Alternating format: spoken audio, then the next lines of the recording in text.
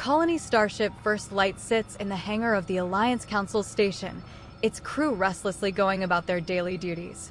Though engines hummed steadily and life support systems purred without trouble, the ship carried an air of unease.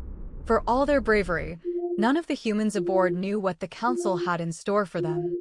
Salvara padded silently through the ship's bright corridors, her eyes keen, her tall wolfman frame cloaked in a calm dignity.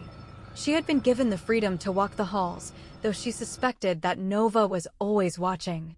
Despite her suspicions, she desperately sends Captain Faang every conversation she heard and had. It was Dr. Emma Smith who finally stopped her near the medbay. Salvara, so you've heard the rumors, right? Do you know what kind of trial they're planning for us? The Council would want to see your true nature, your resolve. Whether if you break, or if you endure. Your trial should be held on a planet where the unprepared are eaten. Are we talking about survival? For hours, Dr. Emma Smith and Salvara talked and bonded like sisters, anticipating events that are yet to come. Meanwhile, within the council chambers, Elder Hiskor coiled his tail around the polished stone dais. Beside him, Elder Anastriana's thoughtful elven face was unreadable. Elder Gorham's heavy dwarf hand thumped against the table in rhythm. Captain Talon stood before them patiently waiting. Humans will be sent to a remote planet, stripped of your tools, with only the clothes on your backs. Survive for 7 cycles, and we will know your worth. Captain Talon just nods his head and made his way back to his ship calmly. Hidden behind the pomp, Warlord Ulgar grinned. The hulking orc leaned toward Faang in the shadows. For a price, pirate, you will prepare their doom. Traps, monsters, anything to prove them weak, and everything will fall into place. For the right credits, I'll make sure their bones bleach on alien sand. Back at the space station's hangar, Captain Grey Talon assembled his crew outside of the First Light, then spoke to them. I plan to take the senior officers to accompany me on this trial. The rest of the crew will stay on board the First Light. Nova will assist you in any way possible. He said firmly. Then his gaze fixed on Salvara. And you. You're coming with us. We can't afford to leave you on this ship. First Officer Roy Fackner frowned, but said nothing. When Commander Trathax saw Salvara among the humans preparing for descent, her reptilian eyes narrowed. Captain Talon. That one is not of your kind. Explain yourself. Oh.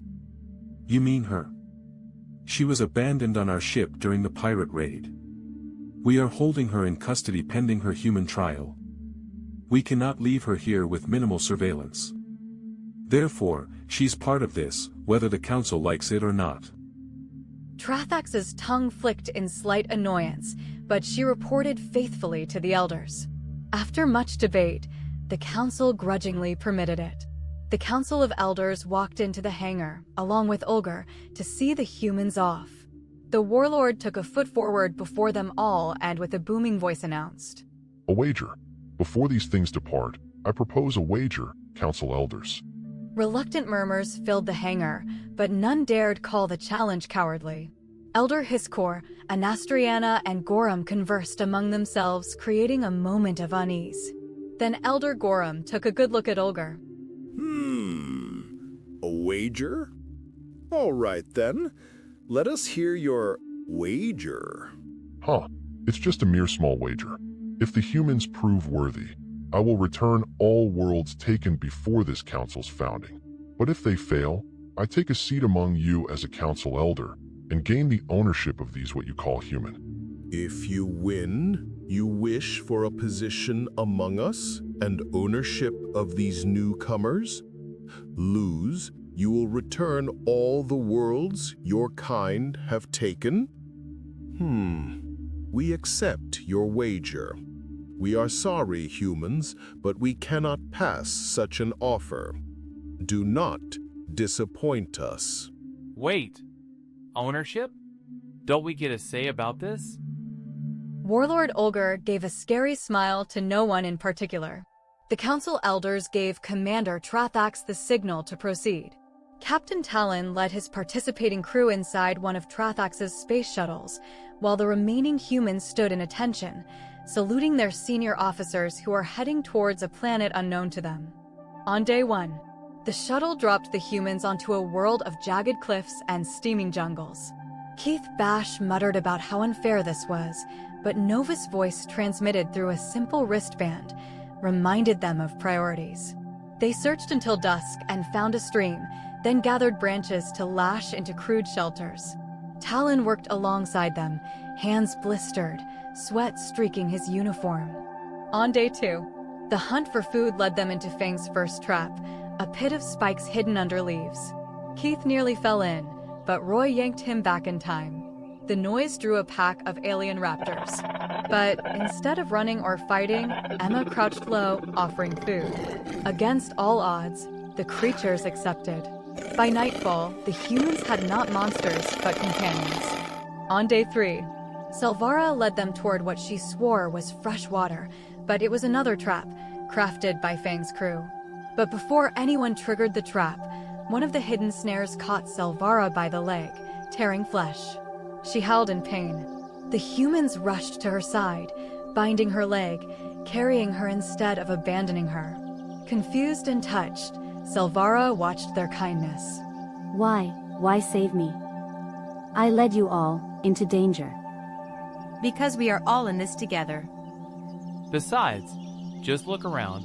Danger is hidden around each corner. Like it or not, no one gets left behind. Right, Captain? You're absolutely right. Now get her bandaged up and let's get going while there's still light out.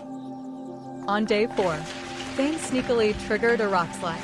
The humans scrambled, moving with a desperate coordination born of necessity. Their pet raptors instinctively scattered away. Grey Talon leapt across boulders to pull Roy clear. Bruised and battered, they survived. Faang vanished into the jungle with mocking laughter.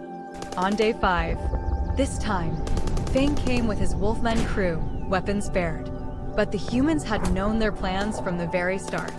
Thanks to Nova's covert warnings, they pretended to fall for Faang's traps and patiently laid an ambush of their own. When Faang's crew charged, they found themselves met with sharpened spears, swinging branches, pouncing raptors, and human ferocity. The pirates broke and ran. Faang growled but withdrew. Salvara took a look around the aftermath of the chaos. You knew. You knew that Captain Faang was going to attack. But how? We have Lady Luck on our side, and her name is Nova. I have been monitoring your communications with Captain Faang, and warned Captain Talon and his crew about potential threats. So, you all knew I was his spy.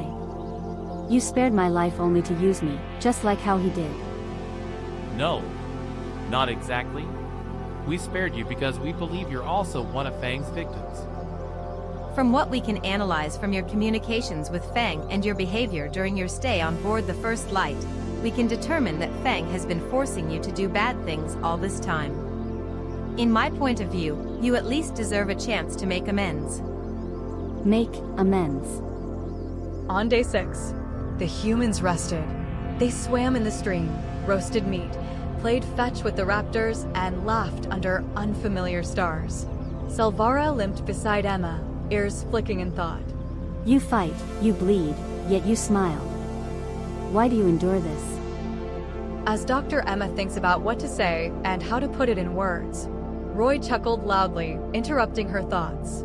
It's simple, really. Because surviving isn't just about living. It's about trying to live your life to the fullest. Salvara said nothing, but for the first time, she smiled faintly. On day 7, with burning resolve, the humans are now the hunters as Faang becomes the hunted.